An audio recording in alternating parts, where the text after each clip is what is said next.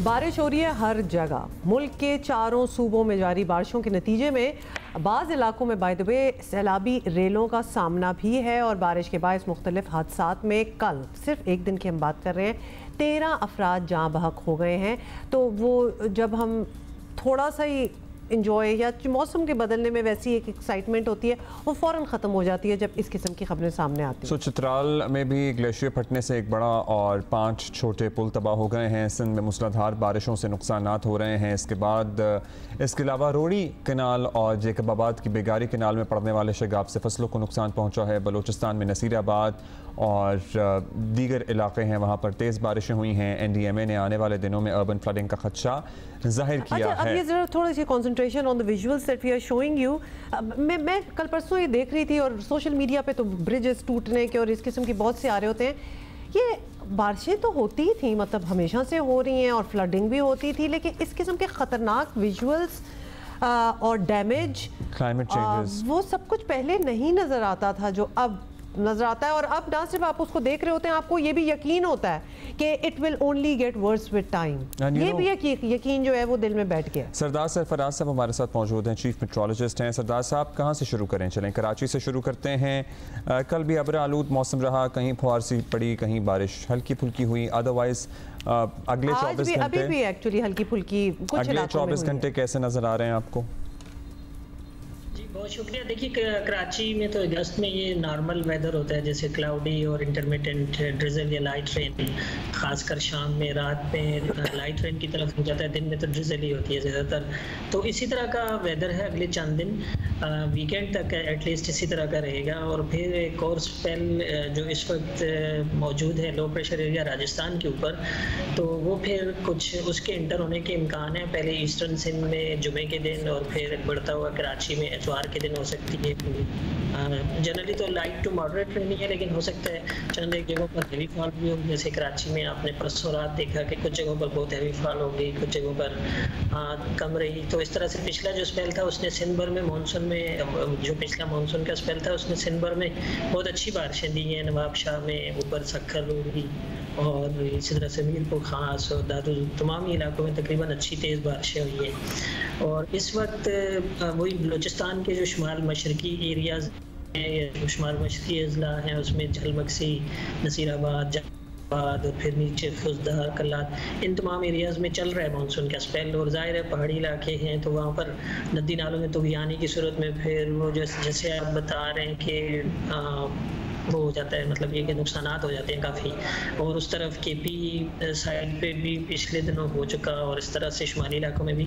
लेकिन अगले 2-3 दिन जो है कोई बहुत हैवी स्पेल नहीं है कहीं पर, लेकिन ज़ाहिर है इंडिविजुअल जगहों पर पाकिस्तान की टोपोग्राफी ऐसी है कि जहाँ पर भी थोड़ी सी देर के लिए बहुत हालात क्या उस तरफ हैं। और ख़ास तौर पे क्योंकि हम अभी थोड़ी देर पहले सोशल मीडिया पे जो वीडियोज़ वगैरह, इवन नॉर्दर्न एरियाज़ की, मरी में भी लैंडस्लाइड्स, इन पहाड़ों में हमें को ट्रैवल वार्निंग्स भी देनी चाहिए। अब क्या हम उस तरफ पहुंच गए हैं कि लोगों को बता दें कि ये भी हो सकता है जहां बारिशें हो रही हों? क्योंकि हमने पिछले कुछ सालों में काफ़ी ट्रेजेडीज भी देखी हैं उधर। जी देखिए, हमारी जो एडवाइजरी इशू होती है ना, जो प्रेस रिलीज़ की सूरत में, मतलब वो जो सिग्निफिकेंट वेदर होता है, जब हेवी स्पेल एक तरह से आप फोरसी कर रहे होते हैं, तो उसमें मेंशन होता है कि ट्रैवलर्स जो हैं वो मतलब अवॉइड करें तो बेहतर है, और नहीं तो एहतियात ज़रूर करनी चाहिए और एक तरह से फोरकास्ट को देख कर प्लान करना चाहिए। क्योंकि आपको पता है कि पहाड़ी इलाके सवात हो गया और उस तरफ मरी हो गया, गलियात हो गया, कागान नारान हो गया, इसी तरह से बलूचिस्तान के चंद एक जगह ऐसी हैं शुमाल की जो एरिया है, वहाँ पर अगर 80-100 मिलीमीटर बारिश अगर पड़ जाए 1-2 घंटे में पहाड़ियों पर, तो सारा पानी जमा होकर नदी नालों की सूरत में नीचे आ जाते हैं और फिर रास्ते कट जाते हैं, लैंडस्लाइडिंग होती है, तो इससे मतलब बहुत डिस्टर्बेंस हो जाती है। अच्छा, कराची का जरा ब्रीफली बता दें, यहाँ पे कोई तेज बारिश का स्पेल नजर आ रहा है आने वाले वीकेंड का आपने जिक्र किया है तो वो बता दें। जी, ये जो नया स्पेल मैं बता रहा हूँ ना कि जुम्मे के दिन ईस्टर्न सिंध में वही थरपारकर, उमरकोट वगैरह, वो अभी तक तो आसार इस तरह से हैं कि जो लोअर सिंध है उसमें वही थरपारकर, उमरकोट, बदीन, मीरपुर खास, इन एरियाज़ में, सांगड़ से नीचे नीचे ये हैदराबाद तक, इन एरियाज़ में तेज़ स्पेल मुतवक्के है। अब देखिए वो डिपेंड करता है कि उसको मतलब अरेबियन सी से मॉइस्चर मिलता रहता है, फेवरेबल कंडीशंस रहती हैं। कराची में फ़िलहाल मॉडरेट टाइप की लग रही है रेन, वही एतवार के दिन, और उससे पहले तो वही लाइट रेन या ड्रिजल, ये जो नॉर्मल चीज़ होती है ये चलती रहेगी। तो अब कुछ जगहों में अगर वो बिल्कुल कराची की तरफ मूव करके आती है हवाएं, तो फिर ये कि कुछ जगहों में तेज़ शावर्स भी हो सकते हैं। राइट सरदार साहब, बहुत बहुत शुक्रिया, thank you for keeping us updated. अब ज़रा चूँकि कराची में थोड़ी सी बारिश भी बड़ा नुकसान कर जाती होती है, ज़रा उस पर भी बात कर लें। सुलेमान सादत खान, नुमाइंदा जियो न्यूज़, हमें ज्वाइन कर रहे हैं। सुलेमान, हम देख भी रहे हैं विजुअल्स, वही सारी बात है, क्योंकि अब तो आवाम रिपोर्ट कर देती है कि उनके इलाकों में क्या क्या हो रहा है। तो बारिशें इतनी नहीं हुई जितने हमने सिचुएशन देखी है, जहाँ सड़कें भी टूट रही हैं, नाले भी काफ़ी ब्लॉक्ड हैं। आपके पास क्या रिपोर्ट्स हैं? जी हुमा, बिल्कुल आपने ठीक कहा कि बारिशें उतनी नहीं हुई जितनी हमें तबाही देखने में मिलती है।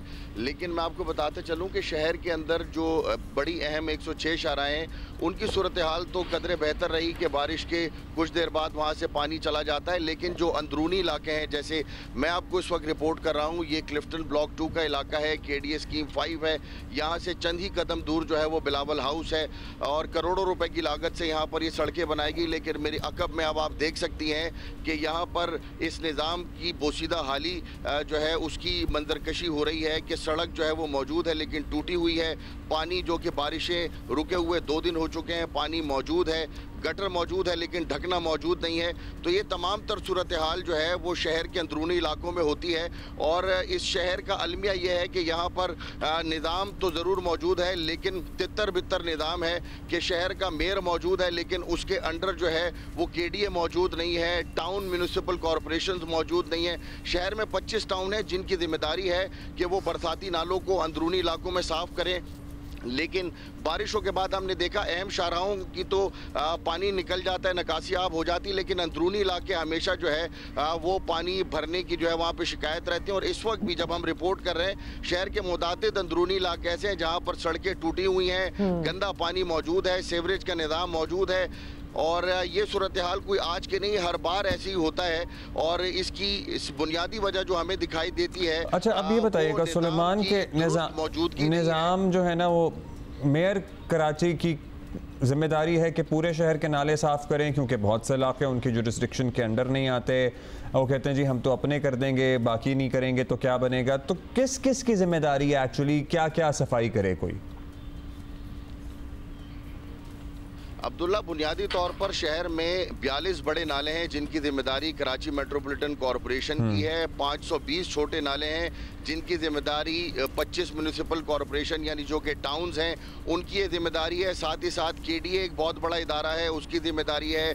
Lyari development authority, Malir development authority, उनकी जिम्मेदारी है। साथ ही साथ 6 कैंटोनमेंट बोर्ड्स हैं, उनकी जिम्मेदारी है। दीगर लैंड ओनिंग एजेंसीज हैं जिसमें KPT है, रेलवे है और दीगर इदारे हैं। तो इस शहर में 30 लैंड ओनिंग एजेंसीज हैं। कराची मेट्रोपॉलिटन कॉरपोरेशन का तो महज सिर्फ 30% इलाका है। 30% कराची जो है वो KMC की जिम्मेदारी है, 70% दीगर इदारों की जिम्मेदारी है, DHA है और दीगर इदारे हैं। लेकिन अगर तमाम तर इदारे जो है वो यकजा होकर काम करें तो सूरत हाल ऐसी ना हो। लेकिन लैक ऑफ कोऑर्डिनेशन दिखाई देता है, मेन शाहराएं क्लियर दिखाई देती हैं। लेकिन सुलेमान, यही तो बात नहीं समझ आती है, को लीड करना चाहिए ना किसी को। एग्जैक्टली, इसको डील करें ना। कितनी बार, कब तक हम यही कहेंगे जी लैक ऑफ कोऑर्डिनेशन और एक दूसरे पे इल्जामात डालते रहेंगे।